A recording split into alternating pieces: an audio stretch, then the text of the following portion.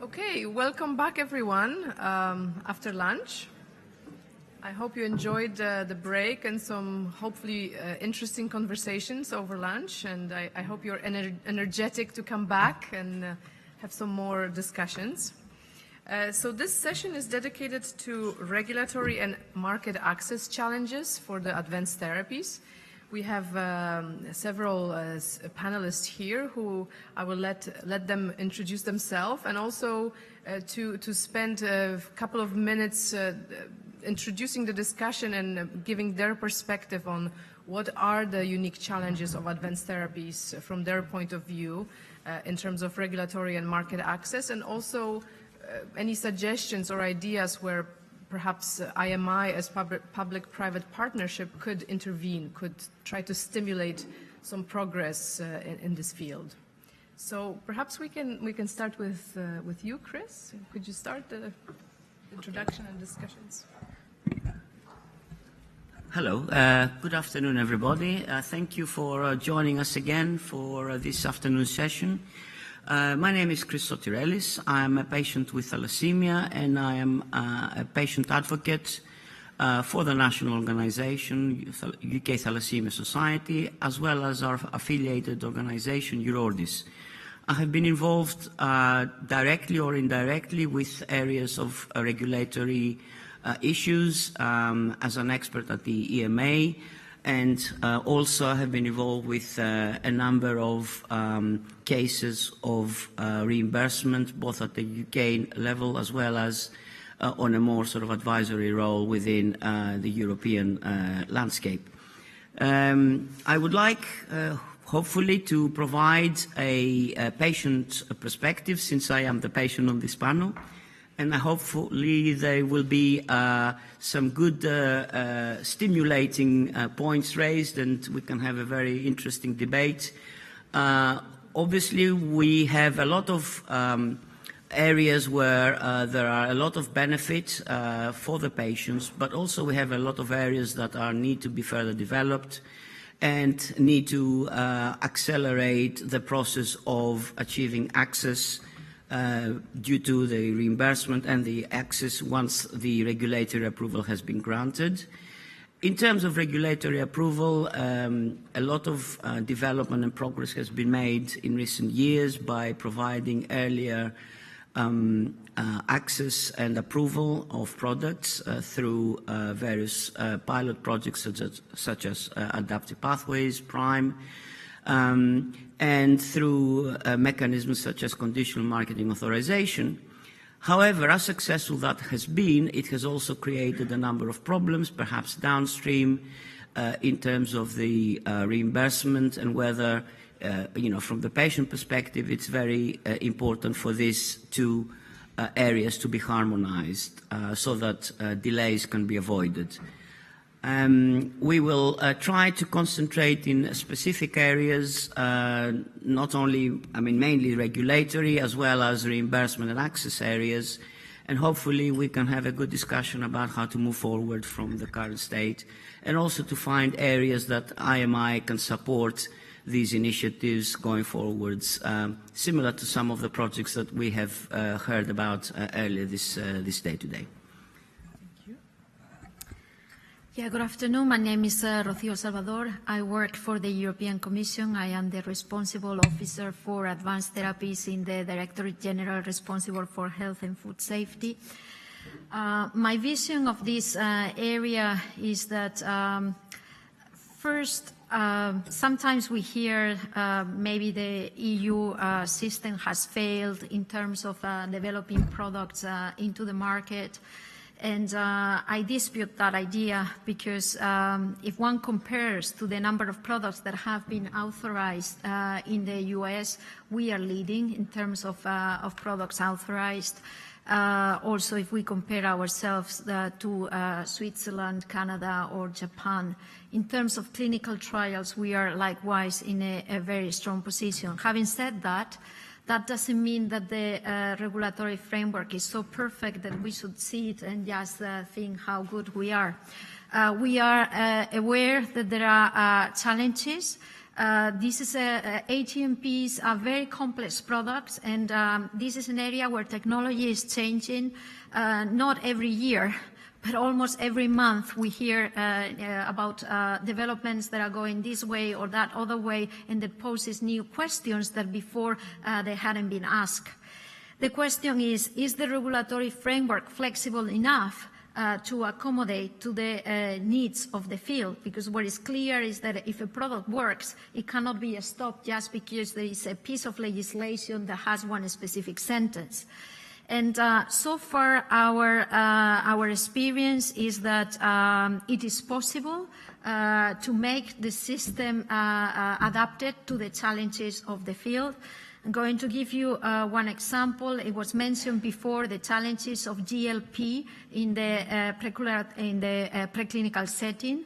We are aware of that. The CAT developed, it hasn't been published, but it's already developed a pragmatic approach on the application of GLP to preclinical setting. Likewise, not all applications, it is understood that in some cases there is no good animal model, and CAT is not going to reject the application just because you didn't tick the box, oh, I don't have an animal model. There is a real discussion and acknowledgement what is possible and what is not possible. Is there another area where I think we should recognize that maybe Europe is in a bit of a weak position, is the fact that in some aspects we don't speak with one voice, meaning that the marketing authorization is centralized, there is only one authority, but the clinical trial authorization is not. And in the area of gene therapy, which is one of the areas that is probably targeting most of the attention in the ATMP field, we also have the additional intervention of the environmental authorities for the GMO approval. Of course, we cannot expect a change in the GMO regulatory framework, but in the Commission we are aware of these issues, and we are trying to see ways to facilitate the developments in this field without change of legal framework. Thank you. Thank you very much. Carol, can we hear from you? Good afternoon, everybody. My name's Carol Longson. I'm an Executive Director at the National Institute for Health and Care Excellence in the UK, and my specific responsibility there is for health technology assessment. And so that's the perspective that I'm going to explore in a couple of minutes of commentary, hopefully stimulating debate. So health technology assessment, many people will perhaps view that as a gatekeeper function. I view HTA as a mechanism by which we can uncover the health impact and the financial impact of the introduction of a new technology into the healthcare system. If you're thinking about it in that way, health technology assessment provides a mechanism by which you can uncover quite a few issues around the introduction of new technologies. We might not have all the answers, but we certainly can uncover most of the questions through the work that we do. And indeed, we've done that quite a bit now in taking a look at most of the new products that have been designated ATMPs through the regulatory process. About a year ago, we undertook, as a recommendation from one of our government commissions, an exploratory study into ATMPs in order to, in effect, stress test the processes and methods of health technology assessment that we use to see whether or not they were fit for purpose for the characteristics of products that have ATMP status, and to perhaps come up with some recommendations or some thoughts. But basically, does HTA, the way that we look at it, apply? Can we use the methods for ATMPs? Was the purpose of the study. The findings of that study are on the NICE website, so you can take a look at that, and it's underpinned by quite an extensive academic study that accompanied it. In essence, what we found was that the building blocks, the tools of health technology assessment, can be used and are fit for purpose. But there are some really particular aspects of ATMPs that really do need special attention in the HTA process. Now, we've talked earlier today about the financial models and the health economics, the economics of all of this. And yes, that was one thing that came up, is that the flexibility to develop different types of payment systems, perhaps, for these types of products, for products that might bring very substantial and long-term benefits, but come at very high costs. The costs are very upfront, but the benefits are lifelong, requires perhaps a different way to think about the financing of these products. So that was definitely something that was uncovered. But there were a number of other things that we uncovered through our health technology assessment, and quite a lot of them have already been explored here in the morning session. And I'm going to perhaps cover it from a slightly broader perspective than just health technology assessment, because I don't think thinking of it from just the lens of health technology assessment does it justice. We really do have to think about this, and I think it provides a very useful case study for thinking about the whole, in a sense, discovery from academia to use in an individual person as a whole system. And if you think about it as this whole system approach, you've got a very complex ecosystem being applied to products that have the status of ATMP. And the characteristics of those have been rehearsed and been uncovered in the IMI consultation. The issue is, at this point in the evolution of the thinking of ATMPs, it's actually not that straightforward to thinking about it as a whole system with a huge amount of feedback loops, what the impact of a particular way of addressing a component of that system will have knock-on effect on the rest of the ecosystem. And if you think about it in that way, it's not easy to predict what's going to happen if we introduce a particular requirement, regulatory, HTA, academic, manufacturing requirements on that ATMP ecosystem. And I think that that's one of the biggest complexities with ATMPs. It's not exclusive to these types of products, but it certainly provides quite an important spotlight. And so therefore solutions have to be whole system solutions. We can't just think about picking off one thing in this without thinking about the knock-on impact across the whole system. And so my final comments is, well, how can the Innovative Medicines Initiative perhaps start to tackle and address some of this whole system thinking? And I think I've got 5 points. I've posed them as questions, but the questions really are intended both to have the debate here, but also to stimulate thinking about projects.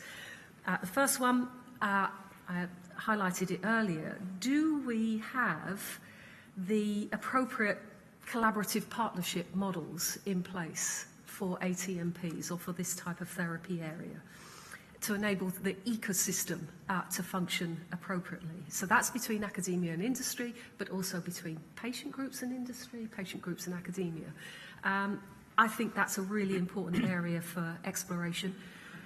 Do we have, or do we understand how joined up the regulatory systems need to be in order to make it easy for both the academic community and also the life science industry to navigate through the system? We've already heard about completely different regulatory domains bearing on ATMPs, and how joined up are they? That's the second one. The third one, again, explored a little bit, but perhaps we should do it a little bit more, and it's particularly important for health technology assessment. Do we understand what the healthcare system itself needs at a system level to be able to deliver these products to patients? I don't think we've explored that very extensively, and it was very much uncovered through our stress test of the health technology assessment process. And the final point, we've touched on it, do we have fit-for-purpose payment market access models quite an interesting comment about how early can we get these products into real-life testing so that we can actually use the healthcare system itself as the test bed rather than that strict, in a sense, regulatory clinical trial environment. Those sorts of things I think will be useful to explore. So that's it for my perhaps overarching commentary, key challenges and topics for discussion. Thank you very much. And finally, Arndt, comment from you and introduction as well. Yeah, so good afternoon. My name is Arndt Höveler. I'm coming from research and innovation, and I'll be going back a little bit to what we have discussed actually this morning. So first comment I'd like to gratulate actually FBIA and IMI that they have taken up actually advanced therapies as one of the key priorities for the future. Because that is not straightforward. I mean, we just had the comment this morning also that large industry was, so to say, on the sideline for advanced therapies up to now. And I think it's quite important that we have this kind of meeting now, I think at the right time. And I think also the public consultation, which IMI did, is a quite good one because it points out at different levels where are the obstacles. And the obstacles, how I see it, are all over the place. So they're not only in one area. Now we speak about reimbursement, maybe, or HTA or regulation, but they're definitely also on the science part. And the science part, there are a lot of obstacles still. So my vision, maybe also a holistic vision, we need to tackle, if IMI wants to do something really efficiently, we like to tackle most of the obstacle maybe in some pilot project, what I have said this morning. So maybe I go a little bit in more. So we have heard, and actually it was quite interesting, and my colleague Rocio has said that we think that the HTBM regulation is fit for purpose, and of course there might be some guidelines which were needed and so on, but we have heard also this morning from industry that they think we could work with this regulatory framework, and think first of all it's great that we have this regulatory framework. From our point of view, it's not the regulatory framework which is really the bottleneck that we have so few products actually on the market. It's actually a lot on science also. So what we have observed, and just make a small comment, that we have financed advanced therapy, especially gene therapy, over 20 years now. And we have a lot of experience with different consortia and so on. And we have in Horizon 2020, we have actually 24 projects concentrating actually on clinical research for advanced therapies. What we noticed, though, that, and like we said in the morning also, most of the innovation, or basically all the innovation of advanced therapy, are coming from academic centers or hospitals. But the knowledge about the regulatory framework is quite weak. So that was said already in this morning, but I think I would like to stress it again. And maybe therefore also EMA has specific fee waivers for SMEs, for small science enterprises, but not for academic centers. This is quite important. I think this is maybe a way also to disseminate more the information into the academic circles. So that's one aspect I think we would like to stress, that we think, and here I think what we may be thinking about also about what EMI can do. I think the expertise from large industry in certain sector is definitely needed, and probably there some mentorship also for the academic centers would be quite useful. Although I think I would call it's not only that we need soft measures, and maybe the training and mentorship I call soft measures. I think IMI should really go also into really some pilots and to define what the pilots are because we go back what Carol said before, do we have the right cooperation partnership model here? And here we have a chance with IMI to get really all the most important stakeholders together, like I said before, and then I probably stop. I think so far we had not the big industry inside. So it's time that big industry is coming into this new model, and that it can bring definitely mutual benefits for all the different players inside. And IMI should be the right focus or the right frame to do so. So I stop here. And Thank you very much. So you've heard some of the introductory statements from our panelists. Would the audience like to comment on any of the topics discussed? Do you have any feedback on the idea of trying to address this issue as a system, not dividing into perhaps different approaches, academia versus industry, manufacturing, and so on, or maybe a systematic approach where all the key stakeholders can collaborate together? And how would that look like, for example? So I have a question to Arndt. You mentioned 24 research projects are funded through Horizon 2020. And you mentioned also earlier today the idea of a pilot project, which the first workshop came up already. And I think a pilot project in the context of IMI would be a good idea as well. What have you learned, basically? Can you already share with us some information about these 24 funded projects, which you would like to then be merged into, let's say, a pilot project under the IMI auspices? Is there already something very clearly standing out from these 24 projects? Because I could assume that this would be the case. So I think the first, I would give some general message. The first message is, although they have to go really into clinical trials, and they have to have a dialogue with regulatories before the project can actually start, like reality shows, it takes always longer than the scientists are thinking it would take. So it's a lot of times the problem are really recruitment. That's one of the major issues, is recruitment problems to get actually the amount of patients which you need.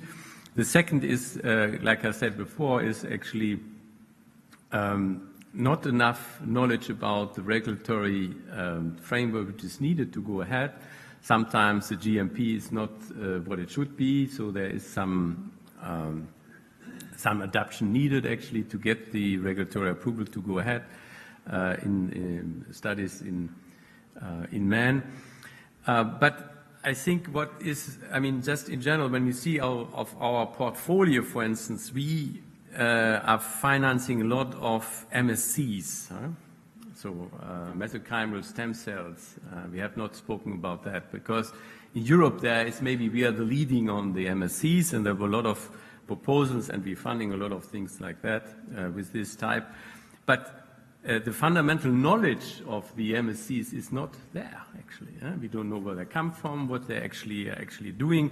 So there's big promise in the field, but we still lack a lot of the fundamental mechanistic information which should be probably, which we have, if we would like to go also in kind of more stringent safety assessment, pharmacovigilance, and so on, so on. So I think, and there is of course the critic from academic, other side, that we quite conservative in our approach, because if you want to go in a clinical trial, then of course you have to have, of course, already a lot of results around there, and that's maybe not the newest, the most inventive ideas which you have. But I think we thought this was the gap in the last 4 or 5 years, and we think it was important that we go in that. But we see already now that probably we have to go a little bit back. We have a little bit back to see some of the new ideas which are coming up. So more preclinical models and certain things. So yes, we learned a lot from that, but I think, for instance, we were thinking also for the MSCs, is maybe a need to create a certain network, a platform also, because there's a lot of knowledge deriving from that, and there are completely different application lines. You can name it. It's as diverse as MSCs, I would say. So it's quite important. So we were thinking about maybe IMI would like to take that up as a possibility. Yes. So sorry, just speak too long. Sorry. No, it's okay. Thank you very much. Other comments, please? I want just to come back to what has been said on the regulatory aspect at the European level. And I have a few questions in relation to the alignment of, so I don't know if the European Regulatory Agency is considering to align the regulation with what is happening across the Atlantic in the US, for example. There are quite few differences that actually make a difference in terms of progressing, in particular gene therapy products to clinical trials. FDA, for example, launched fast-track process for gene therapy products, which doesn't exist in Europe. FDA don't request safety studies, preclinical safety studies, to be done under GLP. In Europe, it must be done under GLP. Not in every case, probably, but at least in the UK. So it's the case. So it must be done under GLP. For example, another example, there are many examples that slow down things in Europe compared to US. In the US, the regulators, FDA, don't request the full history of the producer cell line to make the GMP production. While in Europe, we must have this history since the start of from where the cells are coming from, the entire history of the cell line. So I don't know, I mean, the question is if efforts exist to align these regulatory processes between, and we can learn from the FDA experience and versa. So the first thing is that there is regular dialogue between the both sides of the Atlantic. Actually, I think it was less than a week ago that I was discussing the legal frameworks in the US and here in Europe. And it was the FDA counterpart that said, actually, we are quite aligned. The rules might not exactly be the same to the letter, but in practice, what we require is very similar. I'm going to refer to the two issues you mentioned on preclinical safety studies. As I just mentioned, yes, in theory, the legislation requires that you have GLP. But as you know, with the ATMP regulation, the concept of risk-based approach was introduced. And the Commission has the cut to develop a pragmatic approach to the implementation of GLP using the risk-based approach.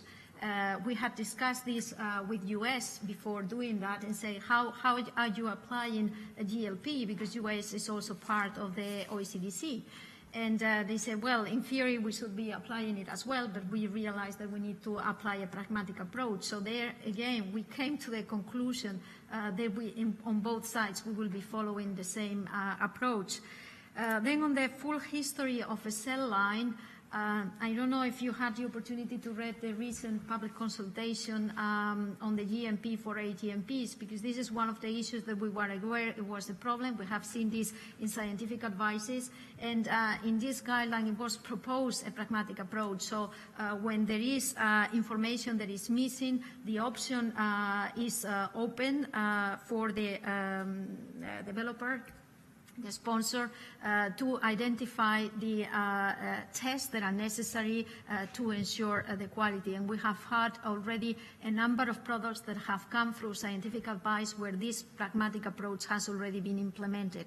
So I think that the rules might not be as stringent as you think once you are confronted face-to-face with the regulators and in particular with the Committee for Advanced Therapies in EMA.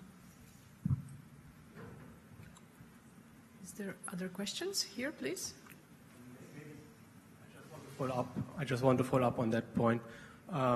Yes, I think this is maybe the difference between academic world and drug developer world, that there is intense and early on scientific advice procedures. There's innovation task force meetings to discuss things where no guidelines exist yet, where you don't know how a certain topic is interpreted, even if guidelines would exist. So I think this could still be a joint adventure that one can do, academic world together with a sponsor, to go early on through Innovation Task Force, scientific advice meetings, which then culminates in for example, the parallel scientific advice, where regulators together with payers and patient representatives sit in a room, discuss for 4 hours, and come to amazingly surprising harmonization, which has even recently been published in the British Journal of Clinical Pharmacology, where it says how aligned are the perspectives of EU regulators and HTA bodies, a comparative analysis of recent regulatory HTA parallel scientific advice. So where people from agencies and from HTA bodies have tried to analyze from meeting minutes from, I think, 30 procedures, that there is really convergence and not so much divergence.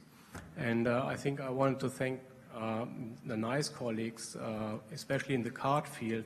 At the same time, when we went through the parallel scientific advice, they issued the mock appraisal document on CD19 cards, where they developed the framework on 2 cases, a bridge to transplant scenario and a potential cure scenario, and what it would mean in terms of the qualities that they would be accepting to assign to. So I think this helped a lot to streamline a clinical development program, and also to understand what needs to be done in terms of post-approval safety studies or post-approval efficacy studies, which is, I think, a bit covered in the Call 6 from IMI, the Harmony program, where it's about Healthcare Alliance for Resourceful Medicines Offensive Against Neoplasms in Hematology, where IMI tries to join forces to bring together all existing registries and do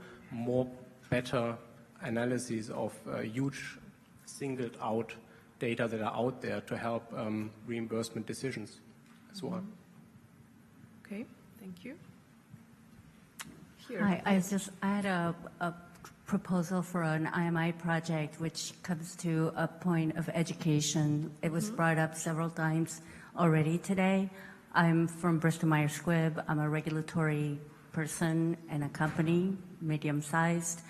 What I have learned is that, as we have discussed today, a lot of academia, small companies who may not have had this full drug development experience because they have the scientific expertise, they're in the game, and then they don't have that long-term vision of what is really needed to bring a successful drug, what is needed for its approval and to bring it successfully into the market. So a potential project could be the development of a very specific training program, 3-day, 4-day intense training program about educating people in ATMP what it is that they're going to need in order to bring something from discovery, phase 1, phase 3, registration, market access, and really to develop a very current and ATMP-specific curriculum that people from academia and small biotechs can sign up. We already have these types of regulatory training courses, but it's much more for general European regulation, centralized procedures, and things like that. But what I'm suggesting is something very specific to ATMPs, challenges that previous projects have had, why they failed, why they couldn't bring something from phase 1 to phase 3, learnings, and this type of thing is a very specific and near achievable goal. And that if it was to run, 3-4 times a year for the next, 10 years, it would really, I think, would have a big impact on the education, the overall education of people who are in this business. Just a suggestion. Thank you very much for this suggestion. Any immediate reactions to that? Do you think something like this could be a useful tool to educate all the key stakeholders involved in this field? Yes, please. As part of the institutional activity of my institute in Rome, we did do training courses for GMP and especially not TMP. However, even a course of 3-4 days, it's able to impart some general principle. They come back knowing that there is some difference that they have to think about, but it's not enough to really train people in the translation of a product. That is a very complex business. And there is another population that should be trained in this, and are the referee for the H2020 project when they evaluate the clinical trial application and they completely miss the point. So just to be a little bit more specific, I mean, of course, I was not meaning that we were going to provide technical training or scientific training in 3 or 4 days. We know that this is not possible. What I meant to say is it's more focused on the necessary planning. You know, for example, you want to have a lot of health authority interactions through national scientific advice, HMP scientific advice, what it's going to take to apply for PRIME, et cetera, et cetera. Well, you know, it takes a year to plan for a scientific advice, conduct it, have the outcome, and consider what part of it you're going to implement into your program. And this year is a lot of time for some of these small companies. It could mean the difference between existing and not existing. So the need to have long-term planning, and if you can build in these necessary steps to de-risk your development program, because you would have agreement from your health authorities, for example, on certain study design, endpoint, population, then you have a much more a higher chance of success. So my idea about training was not from the point of view of technical or science training, but more in what it's going to take to develop successfully a drug or a ATMP, and what are the types of options you have to de-risk your program so that this becomes more of a reality. That was really.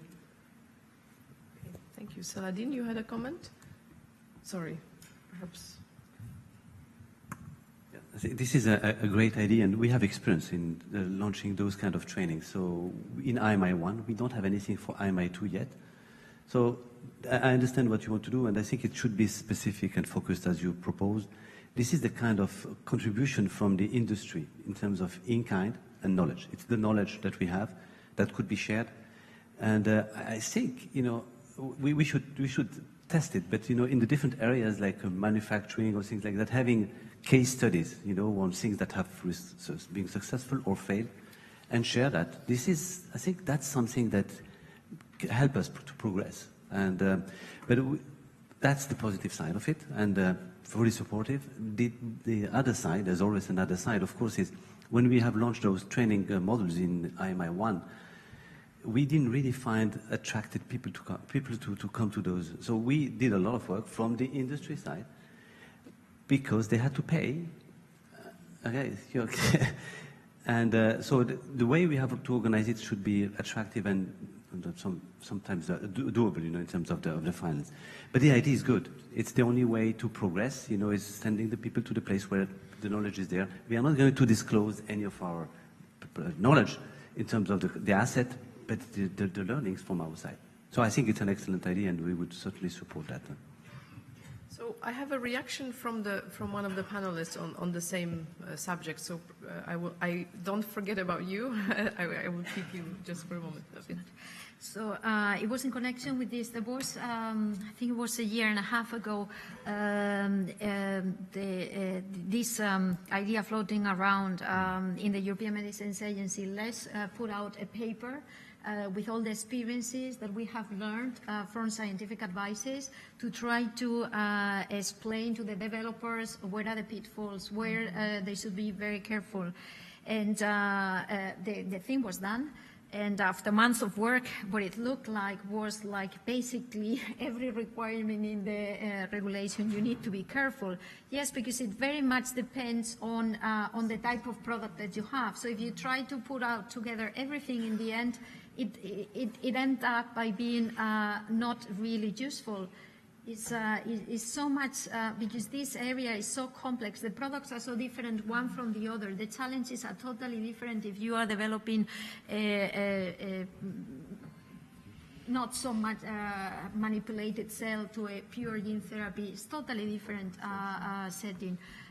If you are using a medical device or not, it's a totally different scenario. So I think it's really maybe too ambitious to try to capture in a 3 or 4 day training program the things that need to be taken into account. I would think that perhaps it would make more impact into the field if one would focus on those areas that have transversal effect. And for instance, one of the things that, I am not a scientist, but one of the problems that come typically with scientific advice or with marketing authorization applications is the issue of the potency assays, is the issue of how do we deal with safety of certain technologies. And now gene editing is no longer a marginal thing, but is becoming of a substantial size. There are some safety issues in there. Maybe to invest in developing, because this is something that one single company cannot do, and then the others to piggyback. I think these are the things for which public money could be well spent by ensuring that this then has more spillover effects in the entire field. Mm-hmm. Thank you. Okay, please.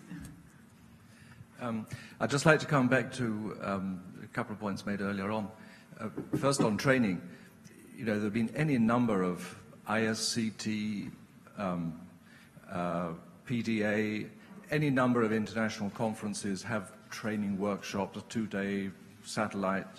There must be, I don't know how many MSCs in regenerative medicine around Europe. So, I think that there is a certain training field which is very well catered for. Whether it is exactly what's required to get ATMPs through the pipeline might be another story.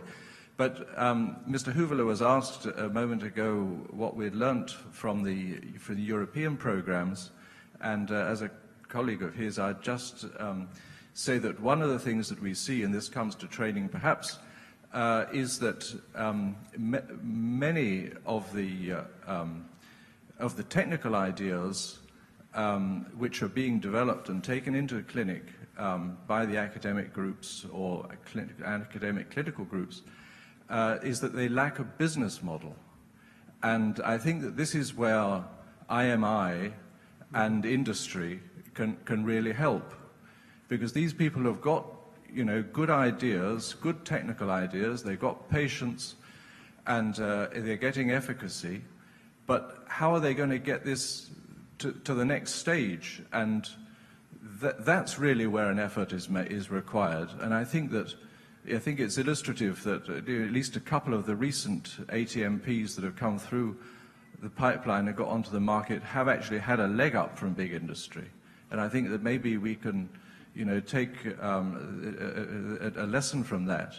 And certainly our experience is that it's the business model, working out the business model, which is not simple. It's not just a matter of a 4-day training course. This is something, it really is fundamental. And I think this is where an IMI ATMP effort with industry can make a contribution. Mm-hmm.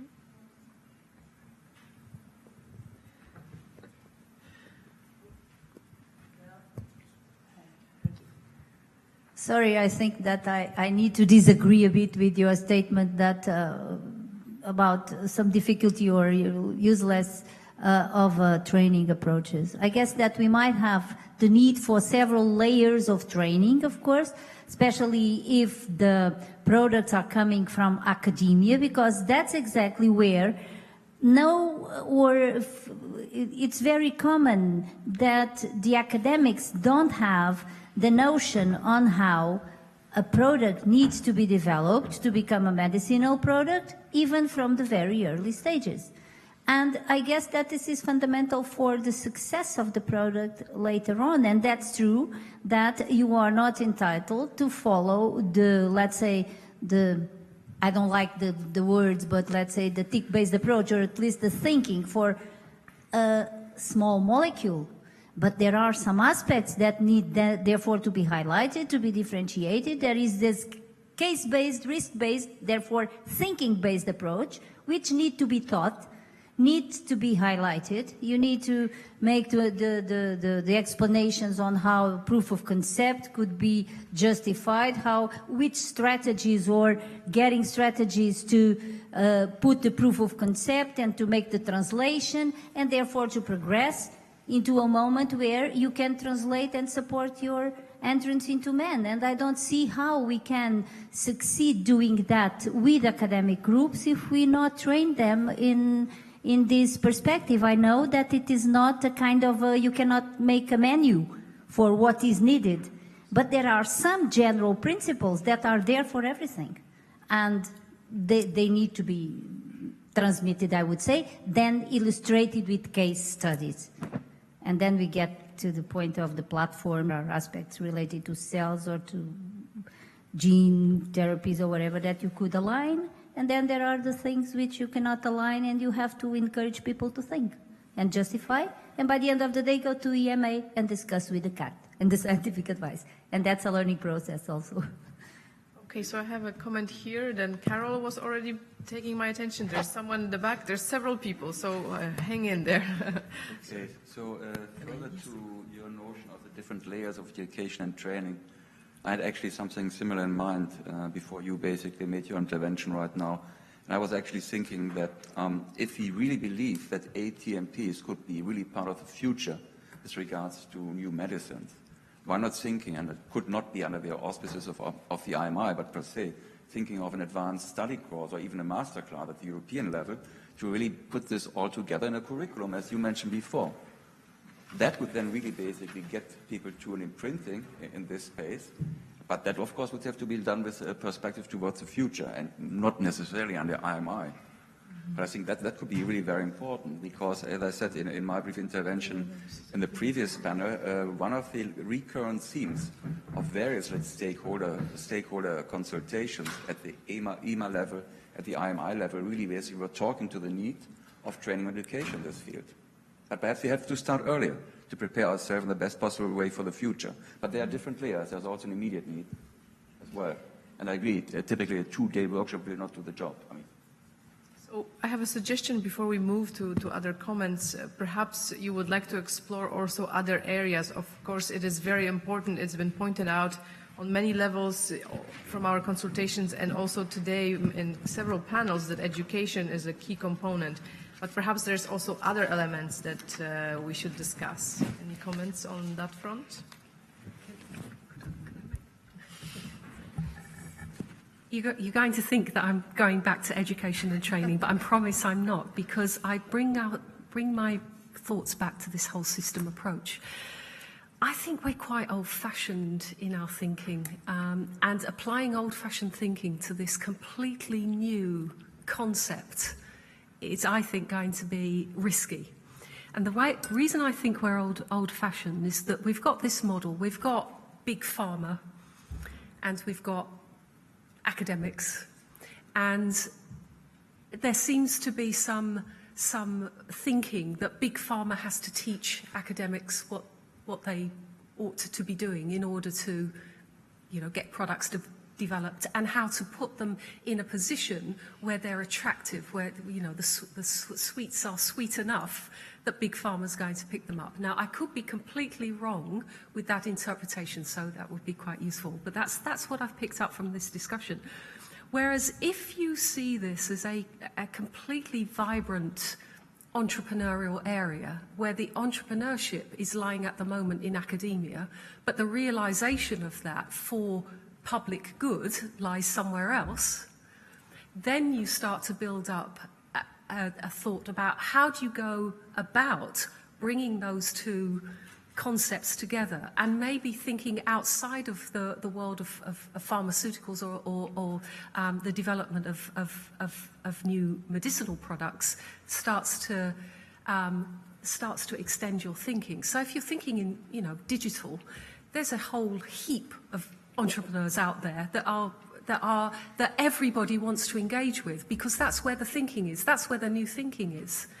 And I think it's not about training, it's not about education, it's about using a vehicle, public-private partnership vehicle, to completely change the dynamics of the way that drugs are discovered and developed. I know that it might be big thinking, but it's, this could be a place where that totally new approach to medicine's discovery begins.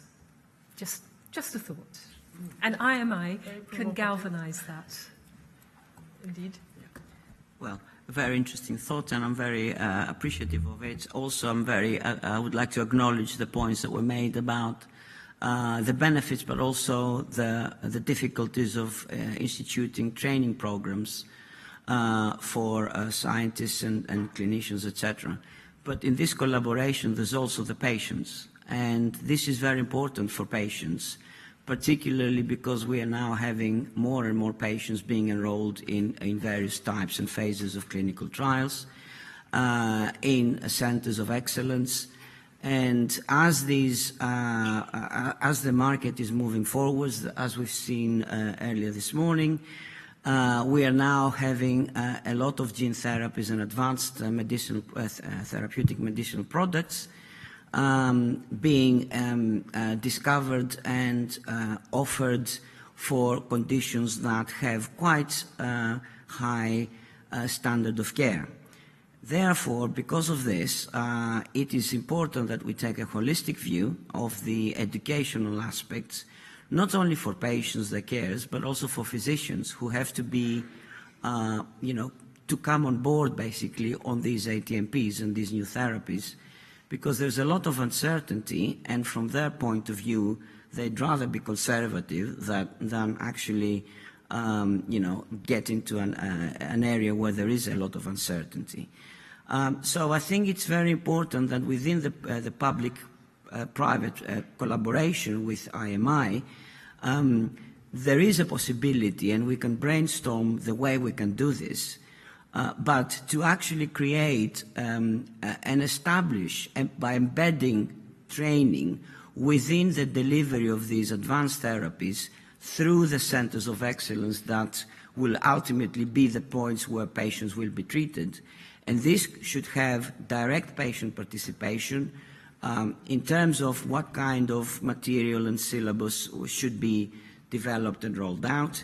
And I think this should be, we should be leading in this area. And IMI has a golden opportunity to do that, because this is very important and will have a lot of benefit to inform and to make aware the public and society as well, because especially with the advent of new genome editing, the public also has a role in terms of education and understanding what these new technologies are about. Thank you. Very valid point. Thank you. There's someone in the back.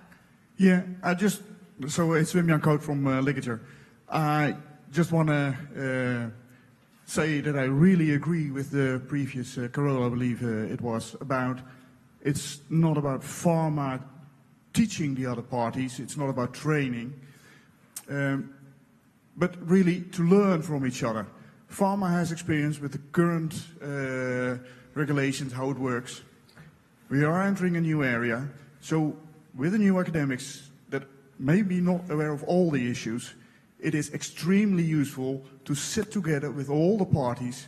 So yes, they can still learn from pharma because they can tell what they run up to against, just so that you can also learn that in the new situations, we can avoid those situations and address them in a proper way. So it's not about educating them and say it has to go along the old-fashioned pharma way, but learn from it and try and look together for new ways to go ahead.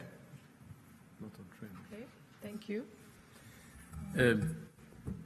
Yes, so I would like to come, I think we all agree that we would like to, in the ideal sense, have, I would call it a different ecosystem for the advanced therapies. But I like to go because I think HTA is one of the issues, and you gave really very good points on that. So I like to ask the audience also the question,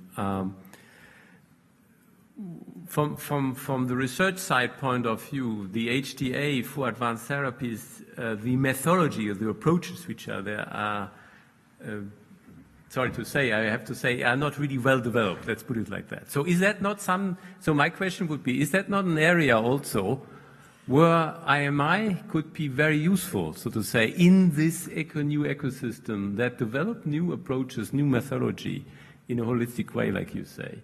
What you think about that? Is that not something where this could work better and develop new models which are better for the health authorities? Please. Well, I would just like to take up what Arndt Höveler just said. I think the problem is multifaceted. So the aspect that depending on who is doing or developing the treatment for which disease might have some different impact on the whole development path. But because it's multifaceted, I think what is needed is a kind of, and it was said already, a huge pilot product that encompasses all the different aspects, probably important like health technology assessment, regulatory aspect, but also very important, I think, is technology transfer. Yeah, and while excellent stuff is being done at university clinics and can be applied there, it doesn't mean that something that can be done successfully there is available, if it's done here in the middle or center of Brussels, is available in the north of Scotland or the south of Spain to the patients living there. And I think the challenge is really to bring the clinical benefits of advanced therapeutic medicinal products to patients in Europe. And I think what is really, needed is a project that encompasses all the different aspects to demonstrate that it can be done. Because I have a slightly different view. Big industry, and I'm from a small enterprise, and besides, and by the way, I mean, there is actually biotechs between big pharma and academia. Big industry is sitting on the fence and looking, what are the others doing? Yeah, they're not really taking that up themselves. I mean, Novartis just went out of the CAR T-cell business. Some biotechs are advancing this, but I don't see them really as pushing that. Yeah, so I do not expect that big pharma makes a big contribution in making those therapies available to patients. So I think the drive has to come from others. Thank you very much. So I think we are running out of time. If you have any final remarks, any concluding remarks before we close this session and move to the next series of presentations. I'm going to have to say something. Yes, I think we all expect that. Thank you. I'll try to be brief. So it would be really useful if people could go and just have a read of perhaps the summary report from our study. This stress test approach that we used for the research was taking the methodology that we currently use at NICE, and I appreciate that not all health technology assessment is the same, so it was just from the NICE approach to health technology assessment, and see whether or not the building blocks of our health technology assessment methodology can be applied to ATMPs, and the answer to that is yes. So capturing all health benefits and their outcomes, taking a lifetime approach to the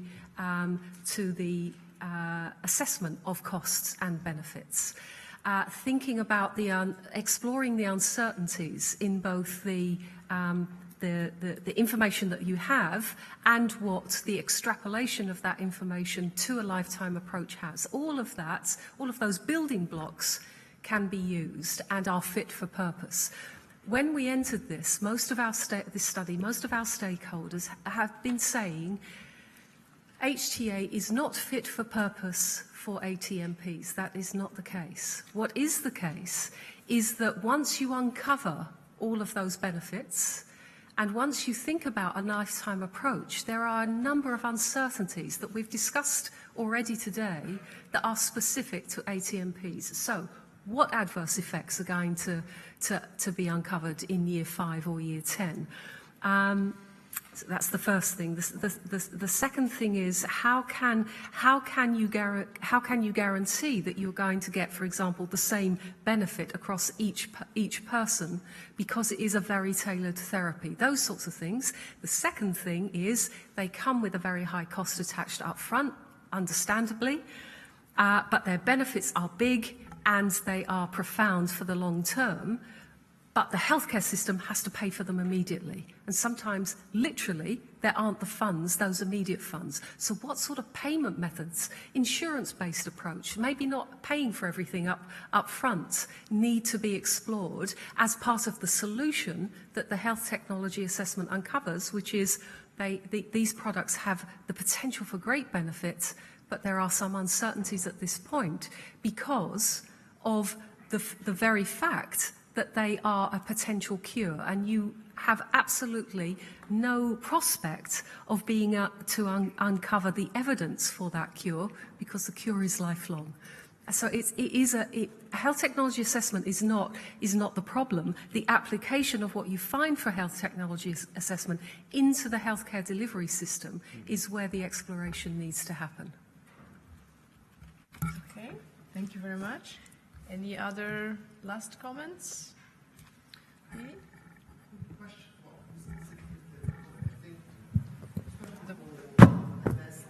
The microphone is coming.